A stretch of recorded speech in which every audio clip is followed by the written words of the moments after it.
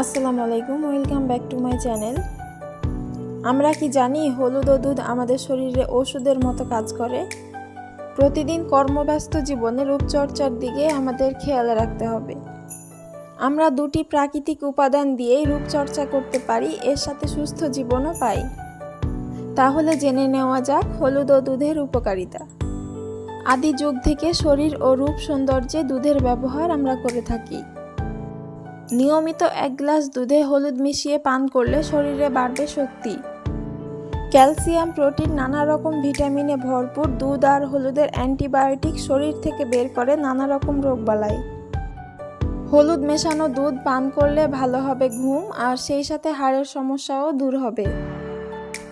এটি আমরা ত্বকেও ব্যবহার করতে পারি, যার ফলে ত্বক হবে উজ্জ্বল। এটি আমরা নিয়মিত ফেস প্যাক হিসেবে ব্যবহার করতে পারি, কেননা দুধ আমাদের ত্বক পরিষ্কার করতে সাহায্য করে আর হলুদ আমাদের ত্বককে উজ্জ্বল করে।